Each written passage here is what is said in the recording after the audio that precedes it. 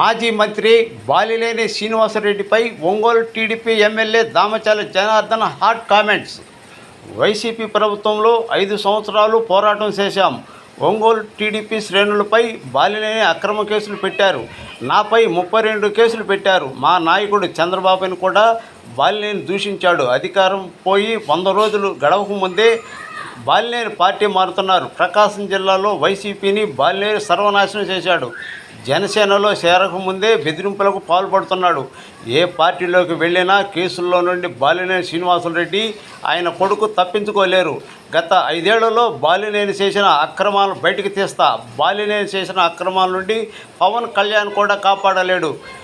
ఎన్నికల్లో కష్టపడి పనిచేసిన టీడీపీ, జనసేన, బీజేపీ శ్రేణులకు అండగా ఉంటానని, పార్టీలో మారే పరిస్థితి వస్తే మేము రాజకీయాలే మానుకుంటామని హాట్ కామెంట్స్ చేశారు. లేకుండా ఈరోజు పరిస్థితులు మేము తీసుకెళ్తున్నామని చెప్పి కూడా మీకు ఈ సందర్భంగా మేము గుర్తు చేస్తూ ఉన్నాం. ఆ విధంగా ఈరోజు ప్రజలు కూడా ఏ విధంగా ఉన్నారు, ఈరోజు రాజకీయ పరిస్థితులు ఎట్లా ఉన్నాయో ఒకసారి మనందరం కూడా ఆలోచించుకోవాలి. ఈరోజు నిన్నటిదాకా 5 సంవత్సరాలు పోరాడాం. మా వాళ్ళు అయితే ఒంగోలులో జైలుకి వెళ్ళారు. అదేవిధంగా కేసులు పెట్టారు.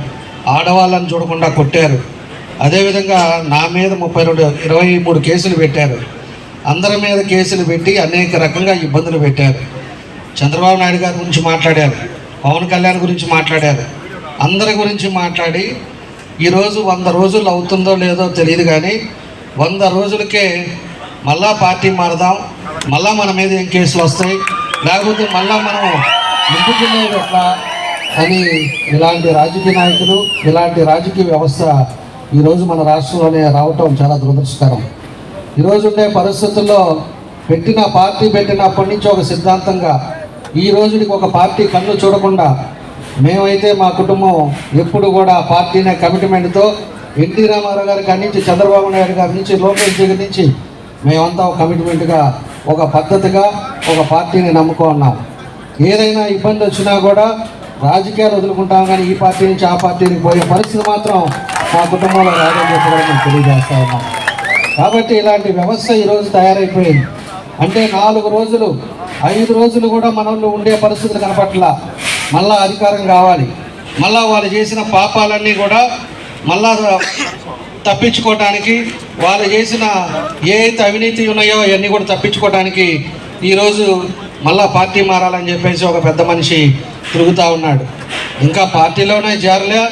నిన్న మళ్ళా ప్రెస్ మీట్లో అంటున్నాడు, నేను జనసేనలోకి వెళ్తున్నాం, జనసేనలోకి వెళ్ళిన తర్వాత మా కేడర్ కానీ ఏదైనా ఎమ్మెల్యే అంటే ఎమ్మెల్యేనే, మా వాళ్ళకి ఏదైనా ఇబ్బంది జరిగితే నేను అధిష్టానికి కంప్లైంట్ చేస్తానంటాడు. అంటే అప్పుడే స్టార్ట్ చేశాడు.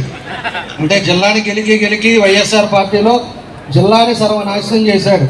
ఈ పెద్ద మనిషి ఒకసారి అన్నాడు, తెలుగుదేశం పార్టీ అనేది లేకుండా చేస్తా జిల్లాలో అన్న పెద్ద మనిషి ఈరోజు ఆ వైఎస్ఆర్ పార్టీని కూడా వదిలేసి ఈరోజు ఆయన దిక్కు దివానా లేకుండా ఈరోజు జనసేన పార్టీలో ఆయన మోపుడు కనుక్కోవటానికి ఈరోజు వైఎస్ఆర్ పార్టీలో చేరుతూ ఉన్నాడు. నేను తెలియజేస్తున్నా, వైఎస్ఆర్ పార్టీలో నుంచి ఆయన వచ్చినా ఏం జరిగేది అనేది ఆయన వ్యక్తిగత విషయాలు. జనసేనలో మేము ఎన్నికలప్పుడు కానీ అంతకుముందు కానీ నాతో తిరిగి డోర్ టు డోర్ తిరిగి క్యాంపెయినింగ్ చేసిన వాళ్ళు ఉన్నారు. తెలుగుదేశం పార్టీలో డోర్ టు డోర్ క్యాంపెయినింగ్ చేసిన వాళ్ళు మాతో పాటు తిరిగి ఎలక్షన్కి కష్టపడ్డ వాళ్ళు ఉన్నారు. ఎంతోమంది కేసుల్లో ఇబ్బందులు పడి ఉన్నారు. కాబట్టి మేము వాళ్ళందరికీ ఏం చేయాలనేది కూడా తప్పకుండా కూడా రాబోయే రోజుల్లో వాళ్ళకి ఇచ్చే గౌరవం ఇస్తాం. వాళ్ళకి అన్ని విధాలుగా ఆదుకోవడానికి ముందుకు తీసుకెళ్తామని చెప్పేసి కూడా ఈ సందర్భంగా తెలియజేస్తున్నా. ఆ పెద్ద మనిషిని కూడా చెప్తున్నా, ఎందుకంటే నేను రాత్రి హైదరాబాద్ నుంచి వచ్చాను. మన వాళ్ళు అందరూ ఉన్నారు కాబట్టి నేను అది కూడా చెప్తున్నా, నువ్వు మాత్రం ఆ పార్టీలోకి వెళ్ళినా, ఏ పార్టీలో ఉన్నా కేసులు అనేది నిన్ను వదిలిపెట్టాం. నువ్వు ఏదైతే పాపాలు చేసావో, ఎంతమంది అయితే ఇబ్బంది పెట్టావో, ఏ విధంగా అయితే కేసులు పెట్టి మనుషులు ఇబ్బందులు పెట్టావో అవన్నీ కూడా వదిలిపెట్టేది లేదు. నువ్వు చేసిన అవినీతి పనులు, నీ కొడుకు చేసిన అవినీతి పనులు మొత్తం కూడా తీస్తాం. తీసిన తర్వాతే నువ్వు ఎక్కడికి పోతావో ఆ రోజు పవన్ కళ్యాణ్ గారు ఆ రోజు నిన్ను కాపాడతారా, లేకపోతే ఏం జరిగిందో కూడా ఆ రోజు నిజ నిజపాలు వచ్చేటట్టుగా అవి కూడా చూపిస్తామని చెప్పి కూడా మేము తెలియజేస్తా ఉన్నాం. కాబట్టి ఈరోజు ఉండే పరిస్థితుల్లో నువ్వు ఏ విధంగా వస్తున్నావో, నీ ఎందుకు ఏ పార్టీలు మారి వస్తున్నావో అనేది ఈరోజు జిల్లా ప్రజలందరికీ కూడా తెలుసు.